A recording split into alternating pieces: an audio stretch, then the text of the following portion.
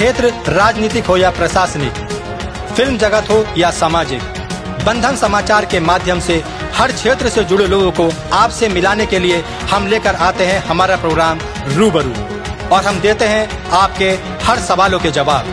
तो देखते रहिए रूबरू।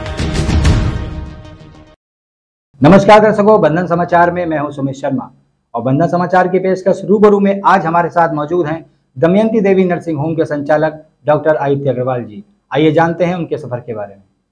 नमस्कार सर। नमस्कार। सबसे पहले स्वागत है आपका। धन्यवाद आपका बहुत बहुत। सबसे पहले हमारे दर्शकों को बताइए कि आप कहाँ के रहने वाले हैं और कितने समय से धामपुर में रह रहे हैं। रहने का बेसिकली मेरा कोई ऐसा फिक्स प्लेस नहीं रहा कभी। मैं बाई बर्थ नगीना से हूँ। अपब्रिंगिंग धनौरा मंडी में हुई, स्कूलिंग धनौरा मंडी में हुई, पास ही में है। उसके बाद मेरठ चला गया तो वहाँ कोचिंग की, कोचिंग के बाद एमबीबीएस के बाद एमएस किया एलएलआरएम मेडिकल कॉलेज से। फिर दिल्ली चला गया, 1-2 साल वहाँ रहा, एसआरसिप सीनियर रेजिडेंसी की। उसके बाद फिर धामपुर आ गया, तो धामपुर में ही रहने लगा फिर। जी, आप कब से दमयंती देवी नर्सिंग होम संचालित कर रहे हैं और इसमें मरीजों के लिए क्या क्या सुविधाएं हैं? हम लोग 2009 में धामपुर आए थे, तभी से हम दमयंती देवी नर्सिंग होम संचालित कर रहे हैं। ये पहले किराए की बिल्डिंग में हुआ करता था, फिर धीरे धीरे सन 2012 में हम लोग इसमें शिफ्ट हो गए। मैं और मेरी पत्नी यहाँ पे वर्क करते हैं। मैं जनरल सर्जन, लेप्रोस्कोपिक सर्जन और एंडोयूरोलॉजिस्ट हूँ, जो सर्जरी विभिन्न प्रकार की, general, open surgery, laparoscopic surgery, साथ में जो एंडोयूरोलॉजी की, जैसे गुर्दे की, मसाने की और पथरियों के ऑपरेशन है, पित्ते की पथरी के ऑपरेशन है, हर्निया के ऑपरेशन है, अपेंडिक्स है, गदूत, फिशर, ये दुनिया भर की जितनी भी जनरल सर्जरीज की ओपन और लेप्रोस्कोपिक और एंडोयूरोलॉजी की सर्जरी, वो सब हम लोग यहाँ कर रहे हैं। उसके अलावा मैडम हमारी पत्नी डॉक्टर मोनिका बंसल, वो एमबीबीएस डीजीओ हैं। वो जितने भी स्त्री रोग से संबंधित इलाज व ऑपरेशन होते हैं और इनफर्टिलिटी का इलाज है, वो सब यहाँ कर रहे हैं। साथ ही साथ अभी हमने कुछ दिनों से फिजिशियन भी अपने साथ जोड़े हैं। डॉक्टर अनिल दास एमडी मेडिसिन है, तो जो हृदय रोग, शुगर रोग, मधुमेह वगैरह के पेशेंट्स हैं, वो सारे वो ट्रीट कर रहे हैं। ओके, तो जैसे कि आपने शुरू से ही मेडिकल लाइन को चुना है, तो आपने किसी और क्षेत्र में जाने क्यों नहीं सोची सर? एक्चुअली हम लोग, मेरे फादर टीचर थे और कोई उनका बिजनेस या कोई लैंड वगैरह तो था नहीं, तो हमें पढ़ाई करने के अलावा कोई और सोल्यूशन तो हमारे पास था नहीं, ऑप्शन भी नहीं था कि भाई कहीं और जाना है। और पढ़ने में पहले उस टाइम में 2 ही ऑप्शन थे, या तो इंजीनियरिंग लाइन या मेडिकल लाइन। मेरे बड़े भाई ताऊ जी के बेटे वो डेंटल सर्जन है, वो 12th पास करके चूंकि डेंटल सर्जन बन गए, तो हम लोग भी उनकी देखा देखी मेडिकल लाइन में आ गए। तो यही कारण था कि हम आज डॉक्टर हैं। जैसे कि आप दमयंती देवी नर्सिंग होम संचालित कर रहे हैं और आप एक सर्जन हैं, तो आपने मेडिकल लाइन की पढ़ाई कहाँ से की है? मेरा यूजी अंडर ग्रेजुएट यानी MBBS LLRM medical college Meerut से है। पीजी भी तुरंत ही वहां सिलेक्शन हो गया था एमएस में, जनरल सर्जरी एमएस में, वो भी एलएलआरएम मेडिकल कॉलेज मेरठ से है। फिर मैंने एक फेलोशिप भी की है मिनिमल असेस सर्जरी में, एक एमएससी करके हमारी एक संस्था है, उसके यहाँ से उन्होंने मुझे FMAS की फेलोशिप भी दी है। जैसे कि आप लगातार हर हफ्ते किसी न किसी जगह एक निःशुल्क स्वास्थ्य परीक्षण शिविर आयोजित करते हैं, तो इसके पीछे आपका क्या उद्देश्य है? हम लोग लगभग पिछले 8-10 हफ्तों से हर बृहस्पतिवार 3 से 5 कहीं ना कहीं धामपुर और धामपुर के आसपास के एरिया में एक निःशुल्क चिकित्सा शिविर लगाते हैं। उसमें तरह तरह की दवाइयां, जो भी वो पेशेंट को, वो सब निःशुल्क दी जाती है? सब 3 दिन की निःशुल्क है। डायग्नोस्टिक टेस्ट भी लगभग बहुत कम खर्चे पे हैं। एग्जाम्पल के लिए शुगर टेस्ट आप कराने जाएं तो 50 रुपए लगते हैं, कैम्प के माध्यम से आप 15 रुपए में करा सकते हैं। सीबीसी का टेस्ट जो 150-200 रुपए का होता है, वो आप 50 रुपए में करा सकते हैं। सारे ही टेस्ट लगभग चौथाई से कम रेट में है। एमआरआई जो आप 5-6 हजार में होता है, तो वो केवल हम 2000 रुपए में चैरिटेबल करा देते हैं। ऐसे ही सीटी स्कैन 1000 से 1500 रुपए के बीच में, अल्ट्रासाउंड 200 रुपए में या एक्सरे 100 रुपए में करा देते हैं। उसमें भी कोई अगर पेशेंट ऐसा रहता है वो भी नहीं पे कर सकता, तो कोशिश ये करते हैं कि उसका भी काम हो जाए और 3 दिन की मेडिसिन उसको फ्री देते हैं। तो बहुत सारे पेशेंट ऐसे भी हैं जो हर बृहस्पति को हमारे कैंप में आते हैं, जिनको बेनिफिट होता है, तो वो कैंप टू कैंप आते रहते हैं। उनको 3-3 दिन की दवाइयां भी लगातार मिलती रहती हैं। तो आपके साथ कोई और भी इसमें रहता है? हाँ, अभी हमारे साथ हमारे हॉस्पिटल के डॉक्टर अनिल दास इसमें है।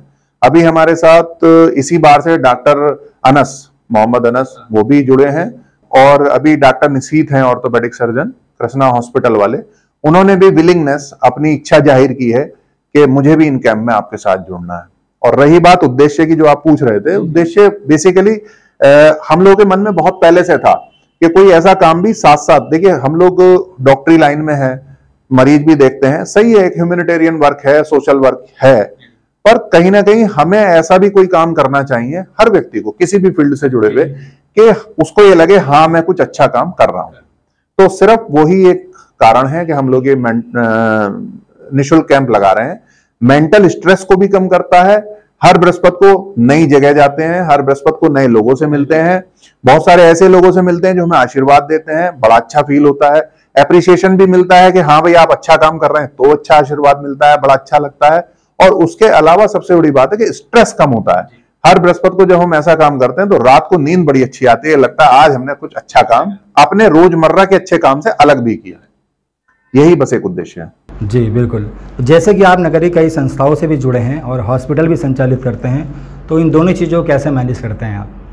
इतना डिफिकल्ट नहीं है भाई। मैं रोटरी क्लब से, सवेरा संस्था से, गणेश चौथ समिति से और रामडोल समिति से और होली हवन समिति से बहुत सारी और सब मैनेज हो जाती हैं। और भाई सब लोग सहयोग करते हैं। इन संस्थाओं से जुड़े लोग ज्यादातर हमें भी ये भी समझते हैं कि भाई इनका समय बिजी है तो बहुत ज्यादा हमें इंडल्ज नहीं करते। सीधे जो टारगेटेड अप्रोच होती है, मतलब जहां हमारी आवश्यकता अधिकतम है, केवल हमें उन्हीं कार्यों में लगाया जाता है। इन संस्थाओं में रोजमर्रा के कार्यों में नहीं लगाया जाता।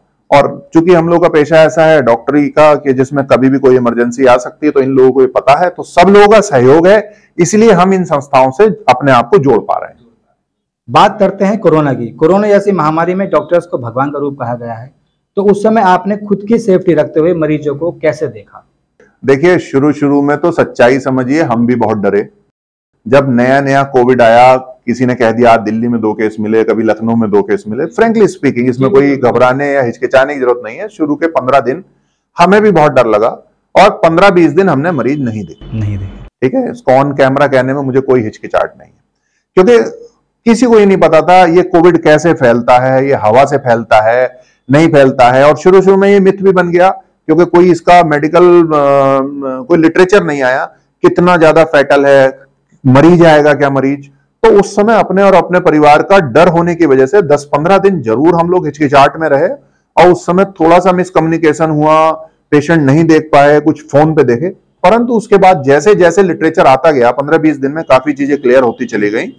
तो हम लोगों ने पीपी किट, स्टाफ को PP kit, hand sanitization, hospital के अंदर हैंड जो सैनिटाइजेशन व्यवस्था सोडियम हाइपोक्लोराइड से होती है, वो सब करके, डिस्टेंस मेकिंग करके कि भाई 1-2 मीटर दूर से देखें पेशेंट्स को, जितना हो सके टच ना करें, जहां जरूरी है वहीं टच करें, इस व्यवस्था के साथ। और पेशेंट को भी लिटरेट किया कि आप मास्क पहनिए, हैंड सैनिटाइज कीजिए, बाहर से अंदर एंट्री कर रहे हैं तो हाइपोक्लोराइड का पोछा रखा हुआ है, उसके ऊपर पैर रख के अंदर आइए।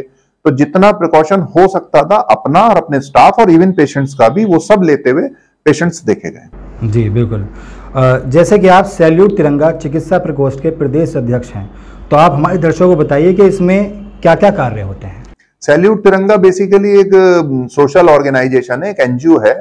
और श्रीमान राजेश झा जी जो पहले राज्यसभा में भी रहे हैं, वो इसके संरक्षक हैं, वो ही इसके मेन कार्यकारी अध्यक्ष हैं।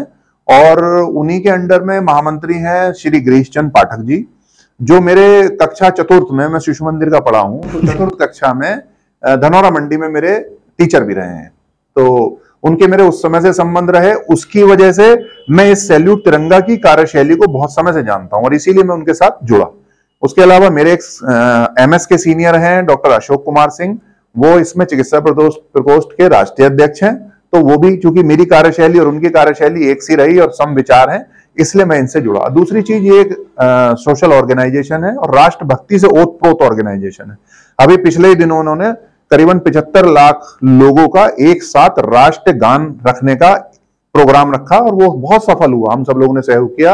अभी आने वाली 26 जुलाई को भी हमारा एक 50 या 75 लाख लोगों को एक साथ राष्ट्रगान कराने का दोबारा से प्रोग्राम है, कारगिल दिवस। हाँ, तो राष्ट्रभक्ति से ओतप्रोत संगठन है और राष्ट्रभक्ति को ही आगे संचार करना, लोगों में राष्ट्रभक्ति को बढ़ाना, यही इस संगठन का सबसे बड़ा उद्देश्य। इसका हेड ऑफिस दिल्ली बसंत कुंज में है और राजेश झा जी इसके अध्यक्ष हैं। जी बिल्कुल।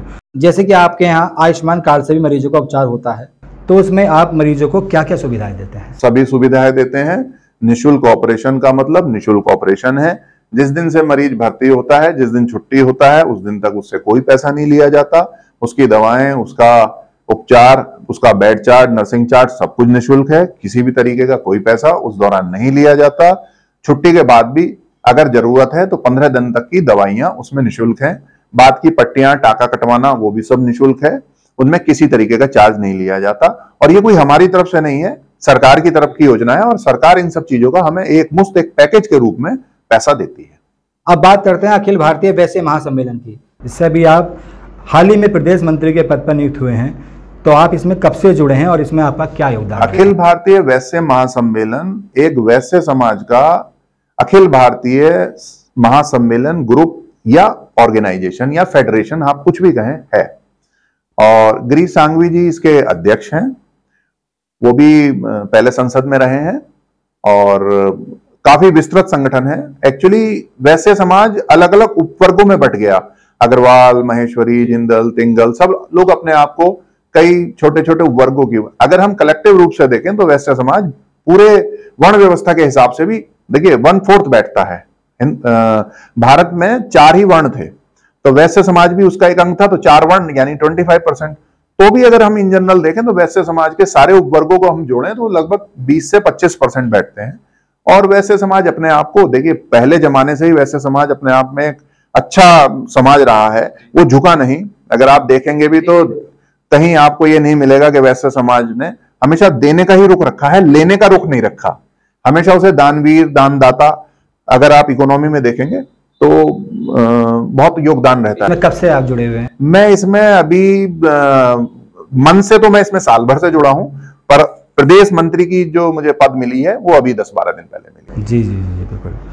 बहुत बहुत धन्यवाद आपका। तो आप अंत में हमारे दर्शकों को क्या संदेश देना चाहेंगे? संदेश बस यही कि एज ए डॉक्टर और एज ए पेशेंट, अच्छा डॉक्टर भी जरूरी है तो अच्छा पेशेंट भी जरूरी है। अच्छे डॉक्टर का अच्छा व्यवहार भी आवश्यक है, तो मरीज का भी अच्छा उसके प्रति व्यवहार होना चाहिए। मानवीय भूलें कहीं भी हो सकती हैं, वो अक्षम्य अपराध नहीं होती, इस चीज का भी ध्यान रखना चाहिए।